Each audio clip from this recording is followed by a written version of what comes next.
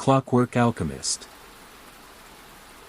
Within the bustling cogwheel district in the city of Silvergate, nestled amidst the rhythmic clatter of countless workshops, lived Anya.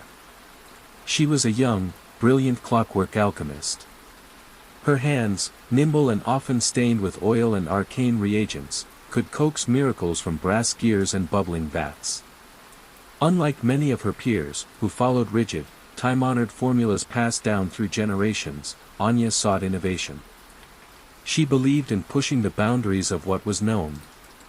Her workshop was a symphony of ticking mechanisms, bubbling flasks, and the sweet, metallic scent of activated alchemical energies. It was a place where light from glowing crucibles danced with the shadows cast by intricate machinery. Her mentor, the esteemed Master Thorn, had often praised her unusual intuition, her ability to hear the whispers of the cogs, a rare gift he said, that allowed her to understand the very soul of a machine. Anya's days were a meticulous dance of precision and creativity. She moved among her many projects with fluid grace, her dark, practical synth leather apron rustling softly. Her workstation, a massive mahogany bench scarred by countless experiments and etched with arcane symbols, was always covered with an array of tools, tiny brass calipers for measuring the most minute components, gleaming wrenches for tightening complex joints, and delicate glass pipettes for transferring volatile reagents. In one corner, a bubbling retort, a special glass vessel, transformed raw lunar silver into glowing, volatile mercury. This mercury was ready to power a complex navigational gyroscope for an airship. In another, a delicate clockwork bird, its wings made of intricately folded copper, awaited its final alchemical charge, a tiny essence of flight captured within its gears. The air in her workshop was a rich blend of scents.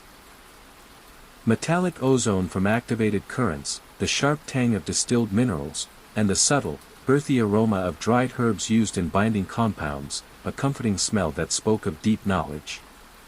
Her passion for alchemical arts bordered on obsession. She saw not just mechanisms, but living systems. Intricate puzzles waited to be solved. She believed true alchemy was about more than formulas. It was about understanding the fundamental pulse of matter. The invisible currents that flowed through all things. This was what Master Thorn had taught her. He was an old alchemist, his fingers gnarled but still capable of incredible finesse. His mind was a labyrinth of forgotten lore and radical theories.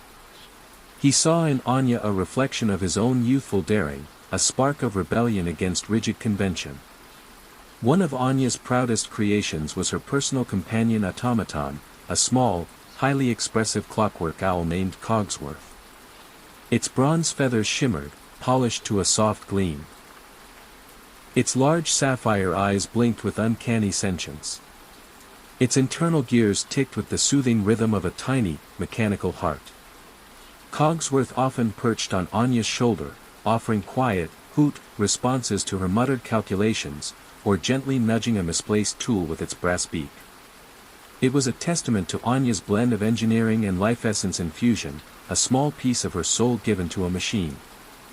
Lately, however, the whispers had grown troubled. A creeping malaise had begun to spread through Silvergate. It was a phenomenon the Alchemical Council vaguely termed the Blight. It was a gradual degradation of alchemical energy. Once vibrant mechanisms began to falter. Their metallic sheen dulled. Their precision slipped. The intricate clockwork automatons that powered the city's infrastructure moved with a sluggishness that was deeply unsettling. The air, once alive with the clean scent of activated reagents, now sometimes carried a faint, acrid tang, like burnt sugar, a sign of something decaying. The great clock towers, once synchronized with unwavering precision, now occasionally chimed out of time, their grand melodies jarringly off-key. The city's perpetual hum grew fainter, laced with an unsettling discord, like a grand orchestra slowly losing its tune. The blight was draining Silvergate of its very lifeblood. Anya first noticed it in subtle ways. A batch of elemental brass, meant for a steam piston, would solidify with an unusual brittleness. Her alchemical reagents, usually vibrant and potent, seemed to lose their efficacy, requiring double the usual charge to achieve the same effect. Even Cogsworth occasionally suffered from sluggish movements. Its internal gears dragged as if fighting an unseen resistance. Anya would spend hours meticulously cleaning its delicate mechanisms, convinced it was just dust, or wear. But the problem persisted across different machines, different materials, affecting everything from the smallest personal chronometer to the largest public transport gears. She confided her growing concerns to Elias, a fellow alchemist and close friend. Elias was methodical. He was a master of established formulas. He preferred the comfort of known reactions to Anya's bold experiments. He was tall, with spectacles perpetually pushed up his nose, and a nervous habit of adjusting his elaborate cravat. His workshop, neat and organized, was a stark contrast to Anya's creative chaos, every tool in its place, every reagent labeled precisely. "The blight is worsening, Elias," Anya said one evening, over steaming cups of spiced tea brewed on a small, alchemically heated stove. The tea, usually fragrant, now tasted faintly flat. "My elemental iron refuses to hold its charge for more than an hour. And my chronometer's temporal anchor keeps drifting." Her chronometer, a unique invention, maintained perfect time by stabilizing a tiny pocket of temporal energy. Its instability was deeply unsettling. Elias sighed, adjusting his spectacles. "The Council assures us it's a natural phenomenon, Anya. An inevitable alchemical decay." Master Thorn himself endorsed the consensus. "They say we must simply reduce our energy consumption, conserve. Adapt. But it's not natural." Anya insisted, a spark of defiance in her eyes. "My instruments are picking up anomalous signatures. A peculiar resonance. It's not a decay, it's a drain." She showed him a series of complex data readouts from her sensitive resonance spectrometer, a device she had designed to measure minute alchemical energy fluctuations. The graphs showed clear, rhythmic dips in the city's ambient alchemical field. Not random decay, but structured siphoning. Elias peered at the glowing screen. His brow furrowed. A drain? From where? And to where?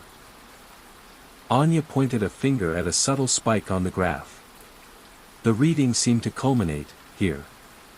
She zoomed in on a holographic map of Silvergate, pinpointing the source. It was the Crystal Citadel, the gleaming, crystalline fortress that housed Governor Valerius and the central administration of Silvergate. Its flawless, polished surfaces shimmered even on the map, radiating a cold, precise power. The governor's cold perfection. Governor Valerius was the undisputed ruler of Silvergate. He was a man of impeccable taste and chilling composure.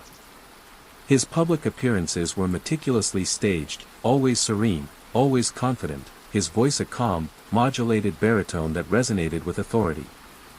He wore pristine, stark white uniforms, trimmed with silver, a stark contrast to the brass and leather of most alchemists. His crystal citadel was his reflection, towering, flawless, and radiating an unsettling, cold perfection. It was built from immense, polished quartz crystals, each facet gleaming under the perpetual daylight lamps that bathed the city in an artificial, unwavering glow. No dust. No imperfections. Just chilling, silent grandeur. The air within its walls was always perfectly conditioned, smelling faintly of manufactured cleanliness. Anya had attended several formal receptions at the Citadel. She had always felt a subtle unease within its walls. The air, though filtered, felt thin, almost devoid of life. The soft music, played by automated orchestras, seemed to stifle rather than inspire. The other guests, dressed in their finest alchemical silks and gleaming clockwork jewelry, moved with a rigid formality. Their smiles were polite but never truly warm. Valerius himself was always courteous, yet his eyes, like chips of ice, never truly met anyone's gaze. They always seemed to be looking through them, as if assessing their worth, their compliance. The Alchemical Council, composed of the city's most respected alchemists including Master Thorn, was ostensibly in charge of managing the city's alchemical infrastructure. But in reality, their power had gradually diminished. It was replaced by Valerius's efficient, centralized control. They had become rubber stamps for his decrees, their ancient wisdom slowly eroding under his relentless pursuit of order. Master Thorn, usually so perceptive and fiercely independent, seemed to have retreated into a passive acceptance of Valerius's authority. He explained it as, the natural evolution of power, a phrase that tasted like ash in Anya's mouth. Anya's discovery of the energy drain pointing to the citadel was too alarming to ignore. She knew she had to investigate. But open inquiry would be impossible. The governor's reach was absolute. His Engineers Guild, a highly disciplined organization separate from the Alchemical Council, managed all major city systems. They were fanatically loyal to Valerius. Their presence was a constant reminder of his authority, their sleek, dark uniforms a stark contrast to the more traditional attire of the alchemists. The secret of the Blight. Anya returned to her workshop, Elias's hesitant warning still echoing in her ears. Be careful, Anya. This is far beyond our reach. But her intuition screamed. The Blight was no natural decay. It was a disease. And the citadel was its heart. She began a series of clandestine experiments. She recalibrated her resonance spectrometer, making it more sensitive, more directional. She constructed a miniature, highly precise alchemical sensor array, powered by a perfectly stable temporal charge, a tiny pocket of frozen time that provided unwavering energy. She worked mostly at night, the only light from the soft glow of her activated reagents and the quiet hum of her new instruments. Cogsworth perched silently on a high shelf, its sapphire eyes occasionally tracking her movements, its internal gears ticking a soft counterpoint to the city's distant hum. Her readings became increasingly disturbing. The drain was not random. It intensified when Valerius was present in his inner sanctum within the citadel. It pulsed with a complex, unnatural rhythm. It was a rhythm unlike any natural alchemical reaction. It was a mechanical, deliberate extraction.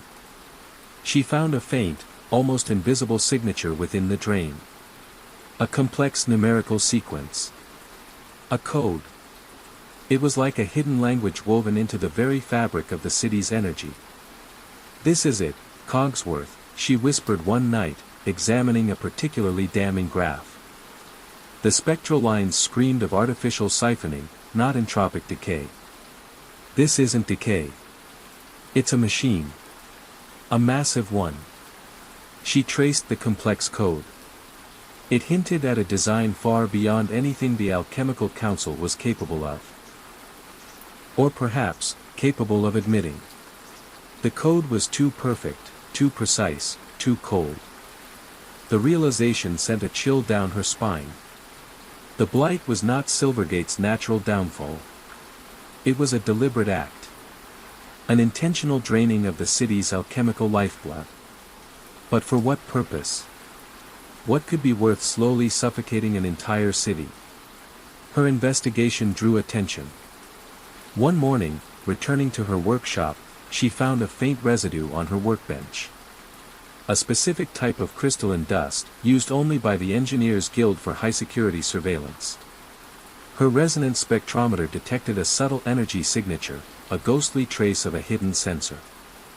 They knew she was looking. Valerius's engineers had been in her workshop. It was a clear warning. A subtle message of intrusion. Fear, cold and sharp, pierced her resolve. This was no longer just about alchemical theory. This was about power. And life. But her resolve hardened. She could not stand by while her city was slowly murdered by a hidden enemy. She would not let Silvergate become a beautiful, empty shell. She needed answers. Answers that lay outside the carefully controlled narratives of Omnicorp. Answers that lay in the shadowy depths of the Undercity. Echoes in the Undercity. The Undercity was everything Silvergate above ground was not. It was a sprawling, subterranean labyrinth of forgotten tunnels, collapsing steam pipes, and unregulated workshops. It was a place where light was scarce, replaced by the flickering glow of gas lamps and the occasional burst of raw, untamed alchemical fire from illicit stills. The air here was thick with the scent of damp earth, unrefined minerals, and the raw, untempered grit of lives lived on the fringes. No polished chrome. No gleaming brass. Just dark iron, rough stone, and the ceaseless drip of condensate. It was dangerous, unregulated. But it was also free. It was a place where the city's true, unvarnished pulse could still be felt.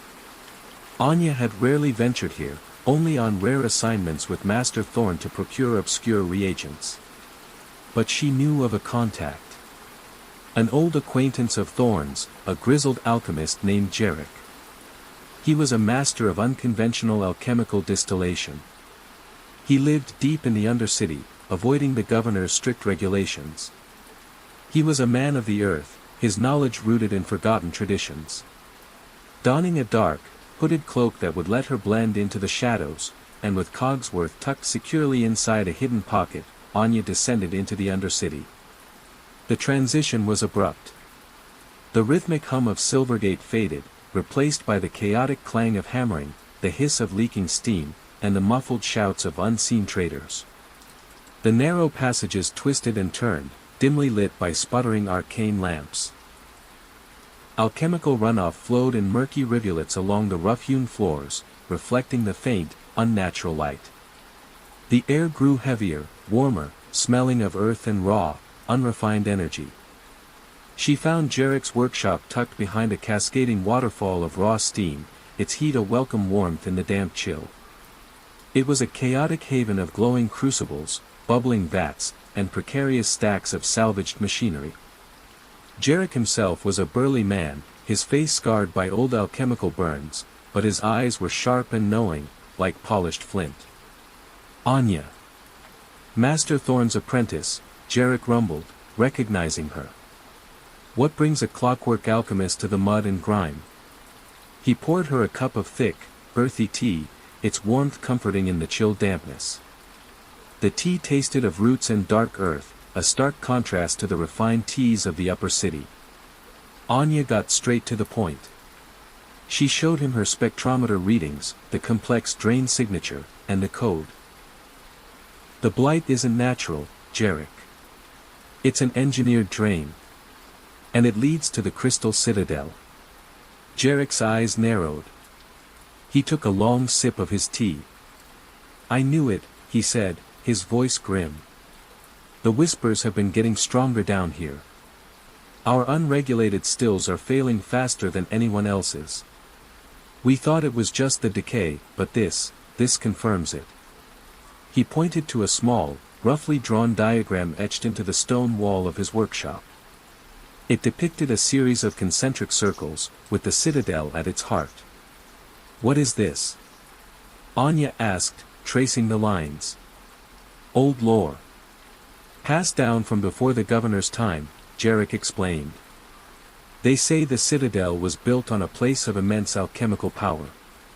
A natural nexus. The heart of Silvergate, they called it. The governor, he didn't just build a city. He found a way to tap into that nexus. To pull its raw, untamed energy. And he hid it behind his perfect facade. Jarek revealed a terrifying truth. Valerius was not merely governing Silvergate.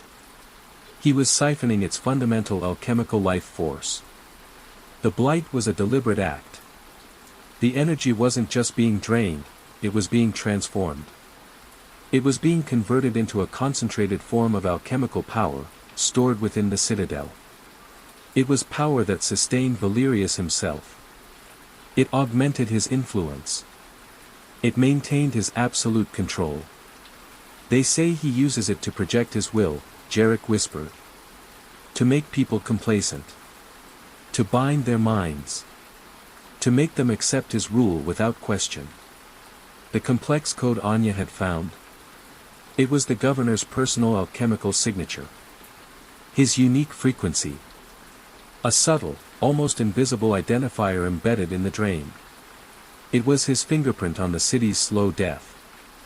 Jarek produced an ancient, heavy book, its pages brittle with age. It was a forbidden text, filled with alchemical formulas deemed too dangerous or too wild by the Alchemical Council. The forbidden alchemy of resonance, he explained. It speaks of counterpulses. Of shattering existing alchemical bonds through sympathetic vibration. It's dangerous.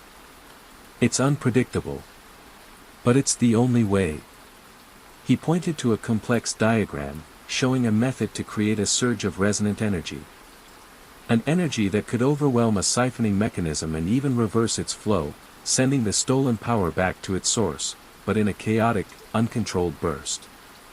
The truth hit Anya with devastating force. Master Thorn, the Alchemical Council, they were either complicit or utterly blind. Valerius had not just taken power, he had weaponized the very essence of Silvergate. He was a parasite, slowly consuming the city from within. The Reckoning. Anya returned to her workshop in the Cogwheel district with a new, dangerous purpose. The path was clear. She had to expose Valerius.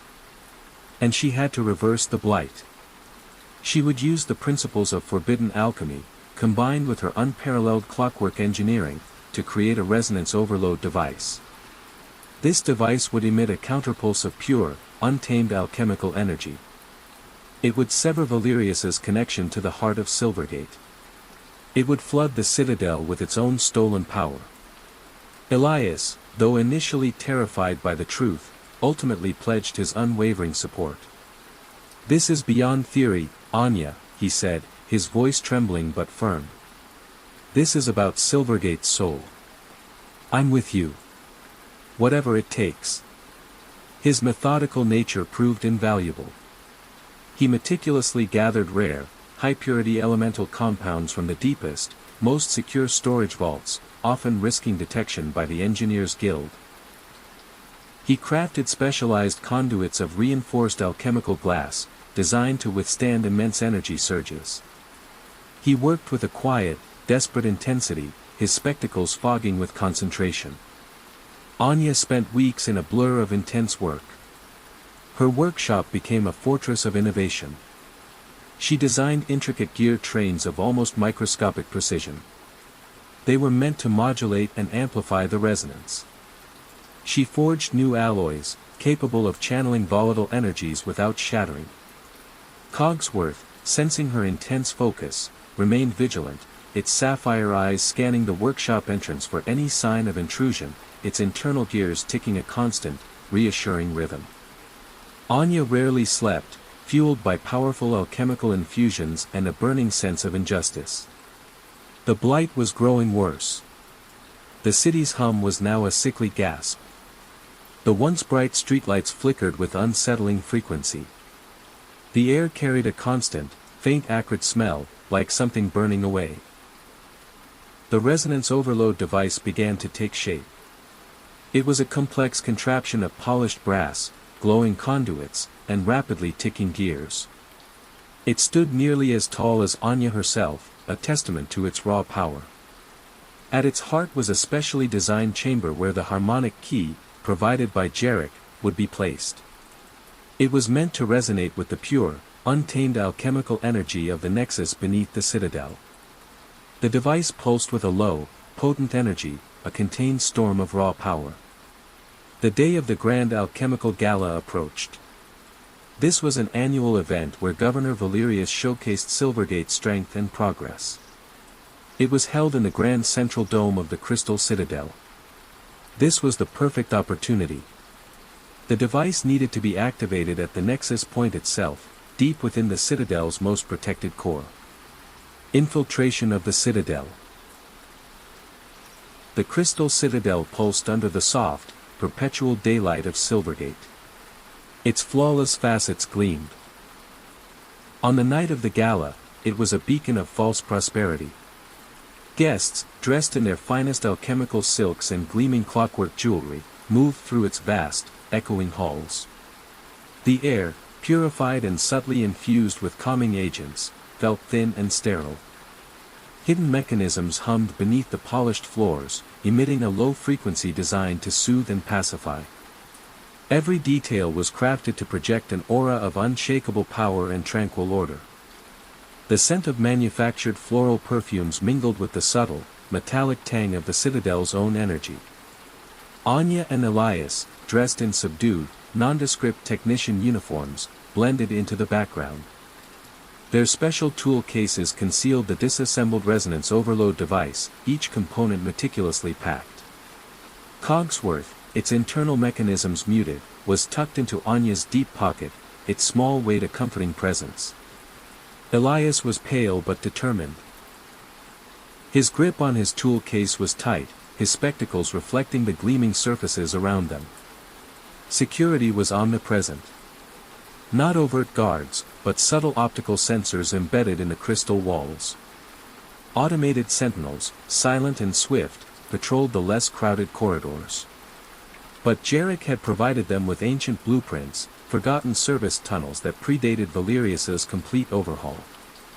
These passages were tight, often requiring them to crawl through dust-choked vents and past ancient, dripping steam pipes. The air grew heavy, smelling of damp rock and forgotten grime. Their path led them deep beneath the public areas. Past humming power conduits that pulsed with the drained alchemical energy, a sickly, unnatural glow. Anya could feel it now, the immense, pulsating heart of the nexus directly below. It throbbed with a suppressed power, distorted by Valerius's siphoning. The Blight. They reached the hidden chamber.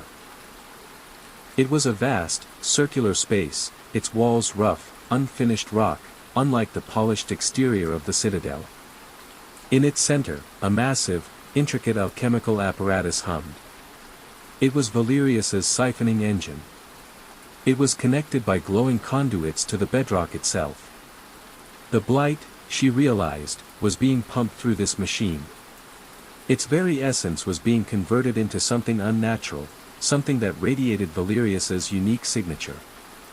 The hum was sickeningly familiar to the hum of the Blight, a low, draining thrum that permeated the very air. Suddenly, a voice echoed through the chamber, cold and clear. "I anticipated your curiosity, alchemist." Governor Valerius descended on a personal anti-grav platform.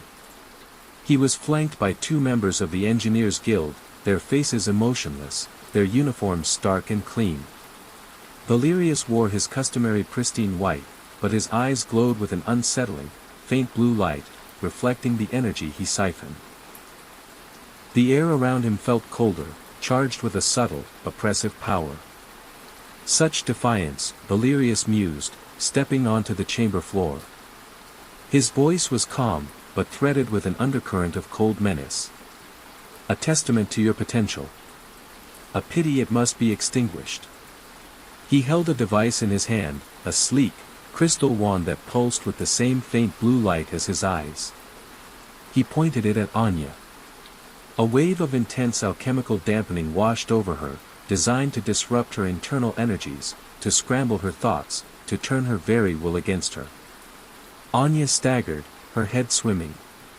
Her bioneural interfaces flared with warning, a sharp, burning sensation. Elias, ever methodical, activated a small, portable resonance shield, disrupting Valerius's beam just enough to lessen its impact.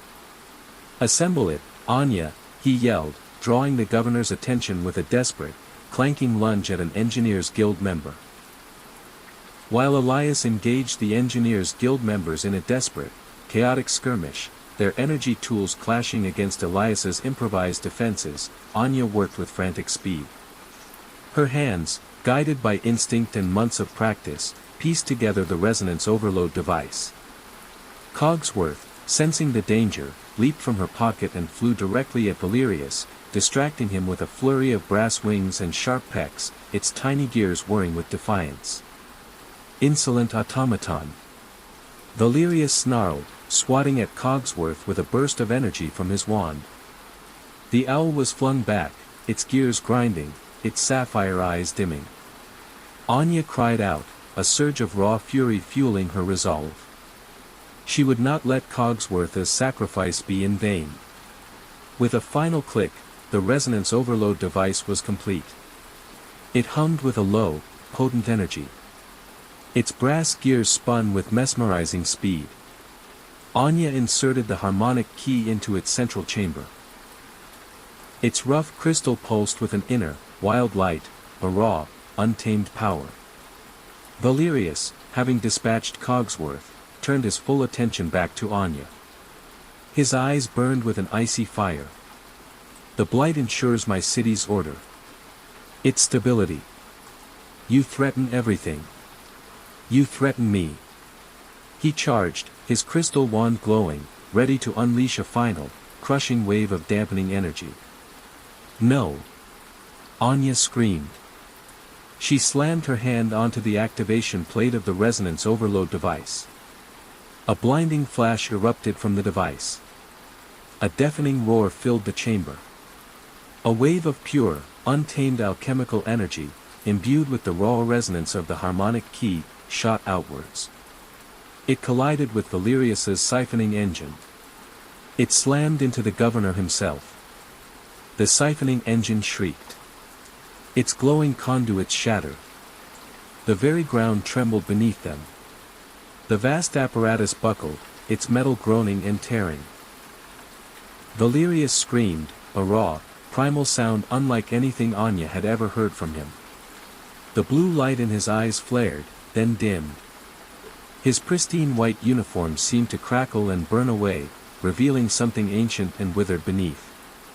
The stolen power that sustained him, the energy that fueled his iron control, was being violently rejected. It was reversed. Flooded back into him in a chaotic, unmanaged surge, consuming him from within. Across Silvergate, the effects were immediate and spectacular. The constant, draining hum of the blight vanished. The air shimmered. The great clock towers, long out of sync, suddenly chimed in perfect unison, their brass bells ringing with a joyful, vibrant resonance that echoed through the streets. The streetlights, once dim and flickering, burst into brilliant, steady light. The city's pervasive dullness vanished. It was replaced by a vibrancy it had not known for decades, a sudden explosion of color and sound. Citizens, who had moved with weary resignation, stopped. They looked up. Their faces, once etched with subtle fatigue, brightened. A collective gasp rose from the streets. Then, a wave of profound relief, followed by confusion, then unadulterated joy. Colors seemed brighter. Sounds sharper. The alchemical mechanisms that permeated their homes and workplaces suddenly hummed with renewed vigor, their gears turning smoothly, their charges full. The very ground under their feet felt alive again, vibrating with a healthy, powerful pulse. The scent of clean, activated alchemical energy filled the air, replacing the acrid tang of decay. A new dawn in Silvergate. In the core chamber, Governor Valerius convulsed. His power was not just broken, it was violently undone. His form wavered. The cold, crystalline control he had projected shattered. He was reduced to a husk, withered and frail, consumed by the very energy he had stolen. He fell, a crumpled mass of white cloth, his crystal wand shattering beside him, its blue light dying. The Engineers Guild members, cut off from their leader's mental control, stumbled. Their blank expressions filled with a sudden, dawning terror as they witnessed Valerius's collapse and the sudden surge of raw alchemical energy. They looked at each other. Then at Anya. Then they fled, scrambling back through the service tunnels, their loyalty shattered. Elias, gasping, rushed to Anya. "You did it," he cried, his voice thick with emotion, his spectacles askew. He stared at the shattered siphoning engine, at Valerius's still form. "The blight, it's gone. We're free." Anya slumped, utterly exhausted. The resonance overload device hummed softly, its energy depleted, its work done. She picked up Cogsworth. Its sapphire eyes blinked weakly, then brightened, its internal gears ticking with a renewed vigor. She cradled it close, a silent promise of care. "It's free," she whispered. "Silvergate is free."